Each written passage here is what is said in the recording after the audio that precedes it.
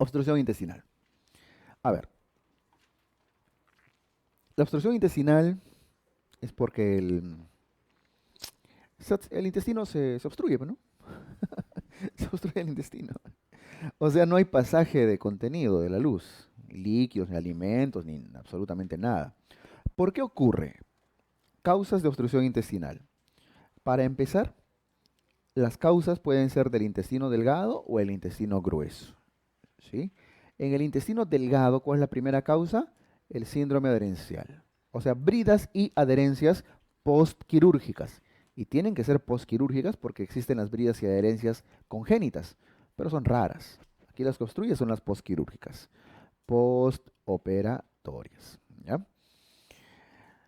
Entonces, si el paciente no ha sido operado, no va a ser bridas y adherencias. En no operados, ¿cuál es la primera causa? En no operados, la primera causa viene a ser las hernias. En operaditos, bridas y adherencias. Y en no operados, hernias. Hernias inguinales usualmente.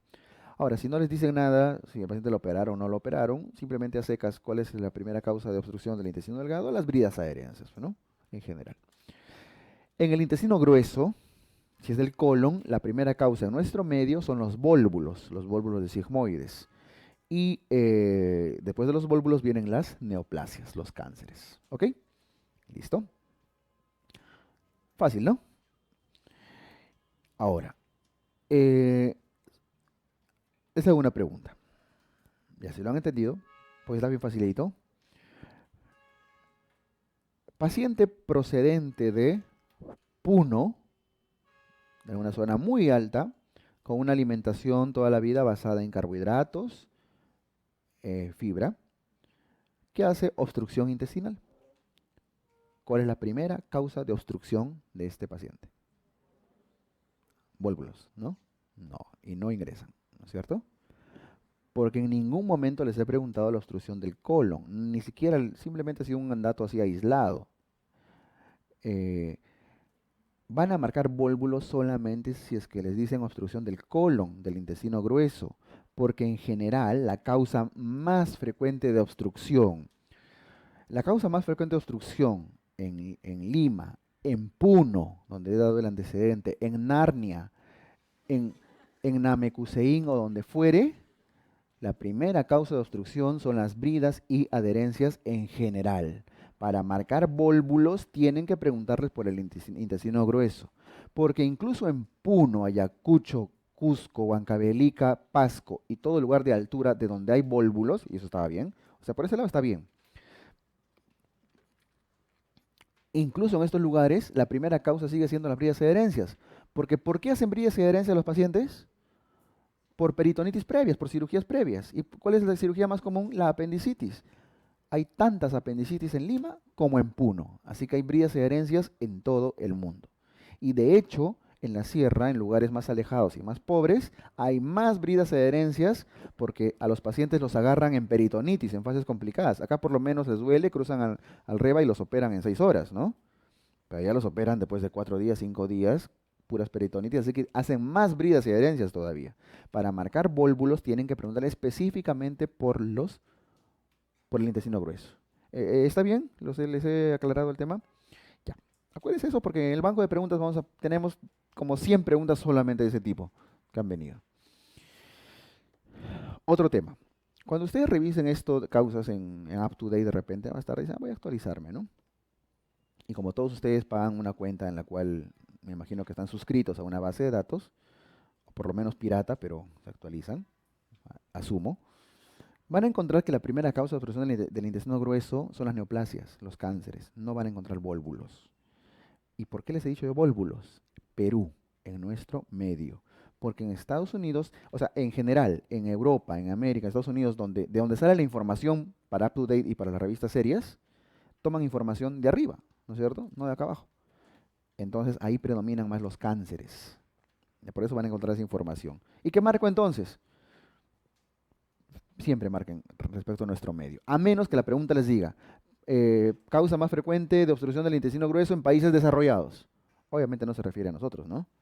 Entonces, no, en serio, como nosotros somos vías de desarrollo, así nos llamamos, ¿no? Vías de desarrollo. Antes decían tercer mundo, de ahí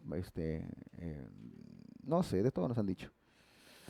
Em, pero es verdad, no industrializados después, ¿no? Pero en verdad, el banco de preguntas van a encontrar preguntas así. Primera causa de obstrucción en países no industrializados, Perú. Es una forma decente de decir pobre, ¿no? Vólvulos. Pero así vienen las preguntas, no me estoy burlando. Somos un país rico, muy rico. Listo, chicos, ¿está claro esto? Una pregunta muy sencilla les puede agarrar así en detallitos. Ya, avanzamos. Según la ubicación, digo, las obstrucciones pueden ser altas, medias o bajas. La ubicación anatómica se refiere a esto. Altas están por encima de traits y medias por debajo de traits. Y luego la siguiente división es la válvula iliocecal. Por encima de traits, altas. Entre traits y la válvula, medias. Y distales a la válvula, bajas. ¿Ok? Incluso hasta pueden dar segmento intestinal, ¿ah? Porque encima de traits, ¿quién está? El estómago y el duodeno, ¿no? Incluso el esófago es intestino, ¿no? Esófago, estómago, duodeno. Obstrucciones medias, ¿quiénes serán? Yeyuno, íleon, antes de la válvula. Y después de la válvula, colon y recto, ¿no? Para ubicar bien a cuál es alta, media o baja.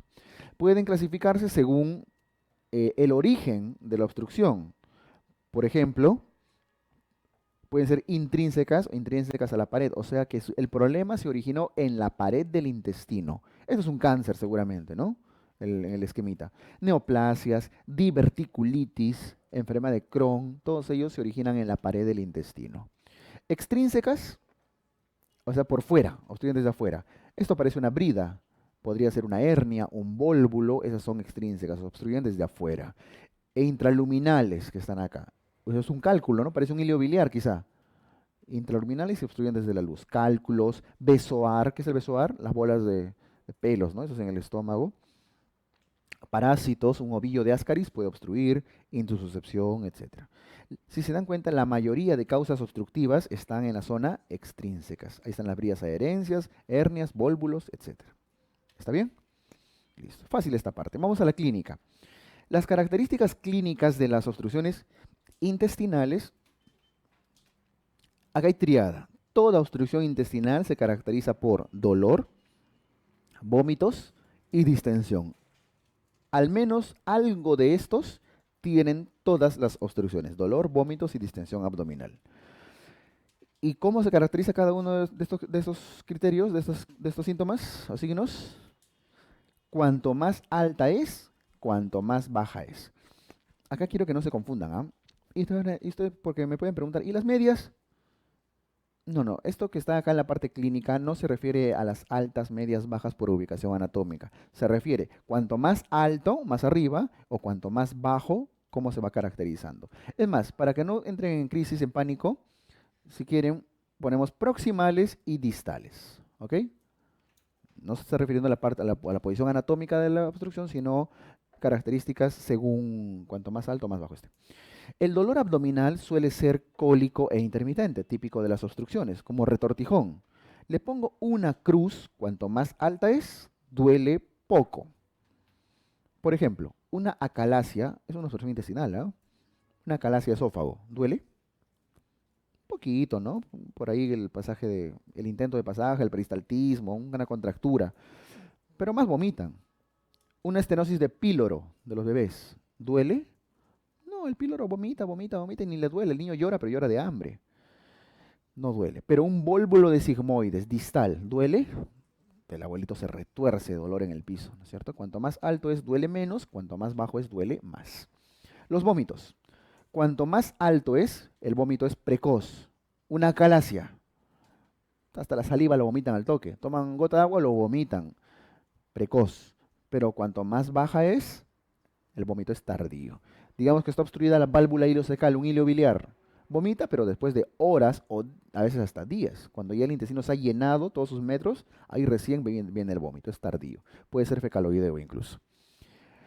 La distensión, cuanto más alta es la obstrucción, o no hay distensión, o en todo caso se distiende solamente el estómago, por eso dice epigástrica. En cambio, cuanto más baja es una distensión generalizada, una panza grande, ¿no? Los ruidos hidroaéreos están disminuidos en frecuencia y aumentados en tono. Normalmente, ¿cuántos ruidos hidroaéreos tenemos por minuto? 10, 20, 30, depende de lo que lean, ¿no? Entre 5 y 30, ¿no? Más o menos, un rango amplio.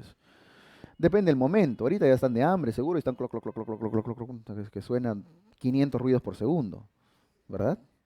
Entonces, en la obstrucción están muy disminuidos. Suenan unos cuantos por minuto, 3, 4, 5 sonidos, a veces ninguno, pero los que suenan fuerte, aumentados en tono. De ahí viene el timbre metálico en su forma, en su expresión más intensa, ¿no? Poquitos, pero tum, tum, ruidos así, como un timbre, como un sonidito, como una campanita. Poquitos, pero bulleros, ¿ya? Em, como la hinchada del Muni, ¿no? Unos cuantos. ¿Saben qué es el Muni, no? Ya ni lo conocen a mi equipo. Em, existe todavía. Desde el punto de vista metabólico, ¿cómo están las altas? Hacen alcalosis con hipocalemia, alcalosis metabólica con hipocalemia e hipocloremia. Hipocloremia, ¿no? Está de más la C. Ahora, esto probablemente se van a olvidar, pero si alguna vez les preguntan, hagan el ejercicio fisiológico. Las obstrucciones altas principalmente vomitan, ¿no es cierto? Son vomitadores. Y cuando uno vomita, ¿qué vomita? Ácido clorhídrico. Y si botan ácido, ¿cómo se están quedando? En alcalosis, en compensación, ¿no?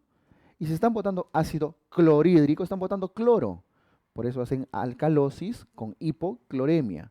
Y bueno, el potasio hace toda su salida del intracelular y también se disminuye. Entonces, alcalosis con hipocalemia e hipocloremia. Esto les va a ayudar un montón en muchas situaciones. Hace 3 años vino una pregunta, recién dado fue, y nada difícil, nada difícil, que decía, una paciente joven de 15 años, después de comer todos los días se estimula el vómito, ¿no? ¿Cómo está metabólicamente? Bulímica, ¿no? Que dirán psiquiatría, eso me dijeron que no venía nunca, mejor no estudié. Era una vomitadora. Vomitador en general, ¿qué hace? Alcalosis con hipocalemia e hipocloremia, sin necesidad que esté obstruido. ¿Ok? Listo, los vomitadores hacen eso. Y las obstrucciones bajas, cuanto más bajo es, hace acidosis metabólica y ya también baja el sodio, con hiponatremia. ¿Ok? Listo. El diagnóstico de la obstrucción intestinal se hace mediante radiografía. El estudio de elección es la radiografía abdominal. ¿Ok?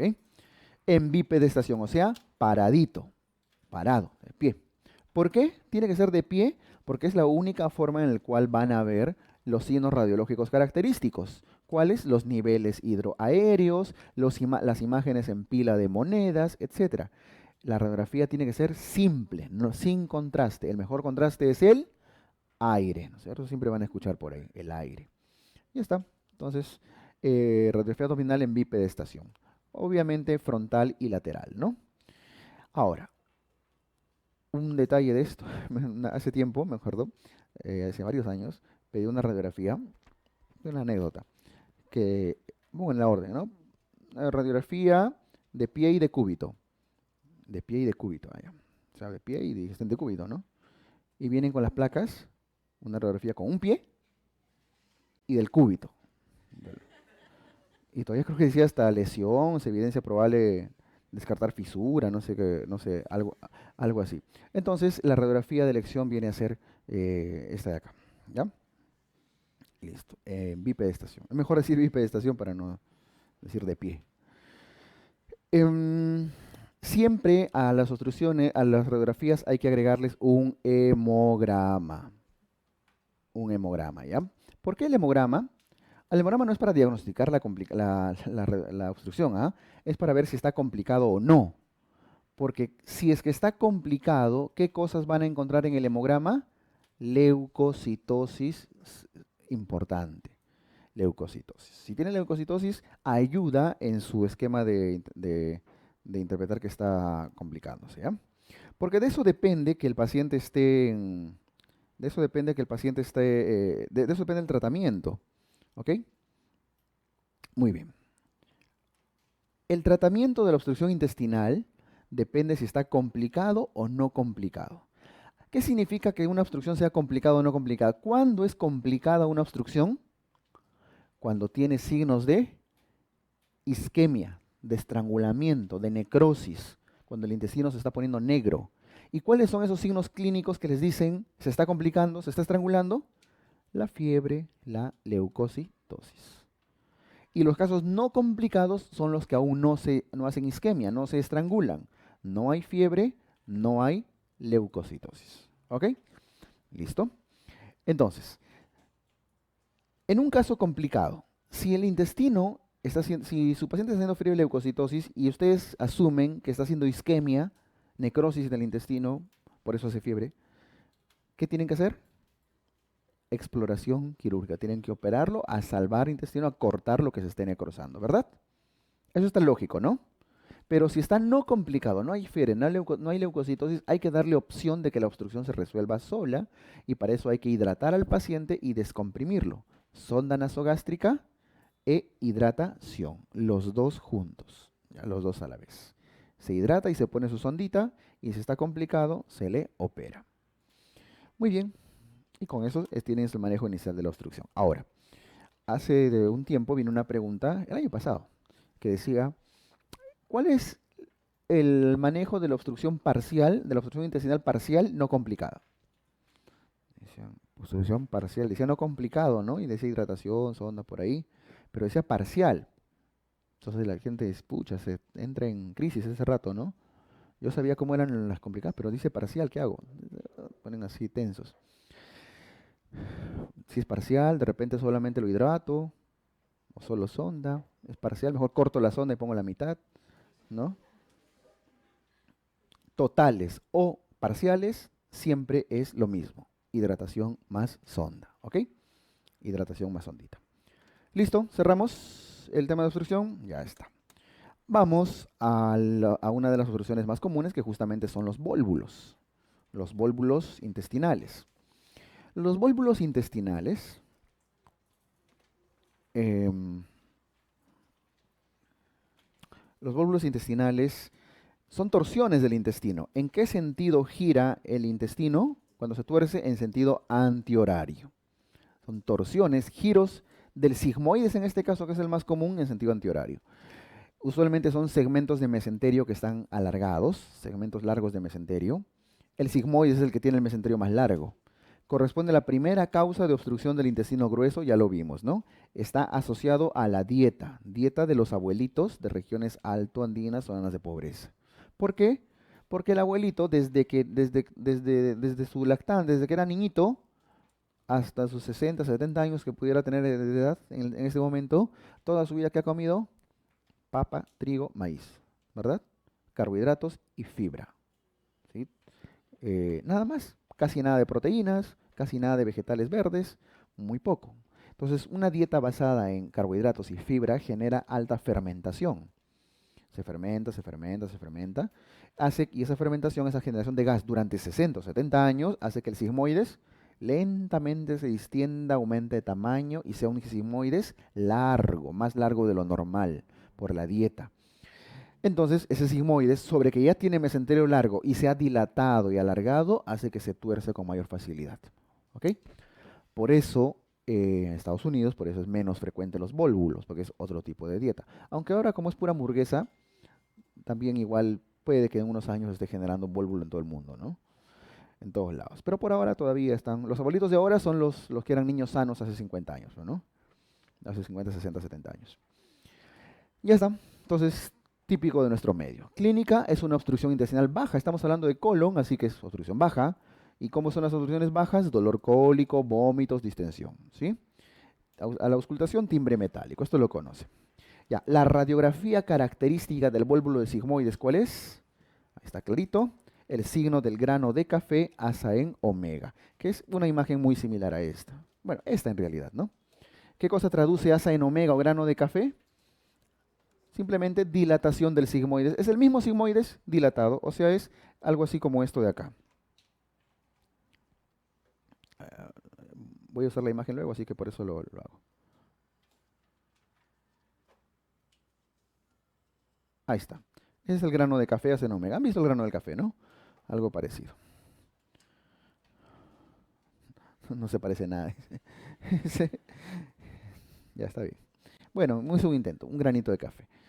Esa es la imagen. Es el mismo sigmoides que está torcido y dilatado. Esa es la imagen grano de café o cenamega, que es el diagnóstico radiológico característico. ¿Ya? La localización más frecuente, ya hemos visto arriba, en primer lugar es el sigmoides y en segundo lugar el ciego. Ahora, el ciego normalmente no tiene el mesenterio largo. ¿Y por qué se volvularía y encima está en segundo lugar? Está asociado a malrotación intestinal. ¿Se acuerdan ustedes que el intestino hace un giro, ¿no? En la embriología, ese hermoso curso que llevaron en primer año, que les encantó tanto, el intestino con el desarrollo fetal embrionario hacía una herniación fisiológica donde giraba 90 grados en sentido antihorario y luego retornaba al abdomen en una reducción fisiológica de 180 grados. Ya. Eso, en algún momento vamos a hacer repasitos de estos temas embriológicos previos al examen. A veces no rota bien, no rota completo, rota de más, rota al revés. Cuando hay mal rotación, el ciego está bailando, ¿no? Está suelto. El ángulo esplénico también. Entonces, condición para que el ciego se volvule usualmente está asociado a mal rotación intestinal. El primer lugar de lejos es el sigmoides. Bien, listo. El tratamiento, creo que es lo más importante acá en vólvulo. El tratamiento depende si está nuevamente complicado o no complicado. En la primera línea, si el paciente está estable, no tiene signos de estrangulamiento, ¿qué significa no tener signos de estrangulamiento? No hay fiebre, no hay leucocitosis y tiene menos de 12 horas de evolución. 12 horas, porque a las 12 horas habíamos dicho que una víscera suele hacer fiebre, ¿no? Suele empezar a hacer isquemia. ¿Ya? Pero es relativo, ¿verdad? Porque ¿qué pasa si el vólvulo gira 720 grados? Estoy exagerando, ¿no? Dos vueltas. A los 10 minutos se va a necrosar eso, ¿cierto? Pero ¿qué pasa si al revés, al otro extremo? Gira 60 graditos, una torsión por ahí. Pasan 10 días y aún no hay isquemia, porque ahí genera un dolorcito, pero muy leve. Entonces el tiempo es muy relativo. ¿Qué es lo que tiene que guiar más su tratamiento? La fiebre y la leucocitosis. No hay fiebre, no hay leucocitosis, tiene pocas horas de evolución, no se opera, se devolvula con el colonoscopio. Se ingresa el colonoscopio, ahí ingresan su colonoscopio por el recto, ingresan, pasan a la zona de obstrucción, se supone que todavía no está muy complicado, pasan, aspiran el aire, eso les ayuda ya a desinflarlo un poquito, a devolvularlo, y giran un poquito el colonoscopio. Y lo giran. Es como un asa que giran que girar para devolvularlo sólido, para regresarlo a su lugar. ¿Sí? Se intenta al menos. Solo el hecho de desinflarlo ya hace que se devolvule solito incluso. Por colonoscopía. Esto solo se hace si el paciente aún no tiene complicaciones. En cambio, si es que sí tiene signos de estrangulamiento, tienen que operarlo. Tienen que operarlo y tienen que resecar el sigmoides, colectomía o sigmoidectomía. Y nuevamente, al resecar el sigmoides tienen dos extremos. O lo anastomosan o lo colostomizan. ¿Verdad? Listo. Eso es el manejo del vólvulo de sigmoides. Depende mucho del estado de si hay o no hay estrangulamiento. Vamos a unas complicaciones, a unas obstrucciones ya como una miscelánea de temas pequeños. El síndrome de Wilkie, ¿qué cosa es? Wilkie es la obstrucción del duodeno por reducción del ángulo ortomesentérico. ¿Qué es eso? Normalmente, la segunda imagen, vean, la aorta con la arteria mesentérica forman un ángulo que va entre 40 y 50 grados. Debajo de ese ángulo pasa el duodeno, tercera porción, el páncreas, procesa un sino del páncreas, y esta es la vena renal izquierda.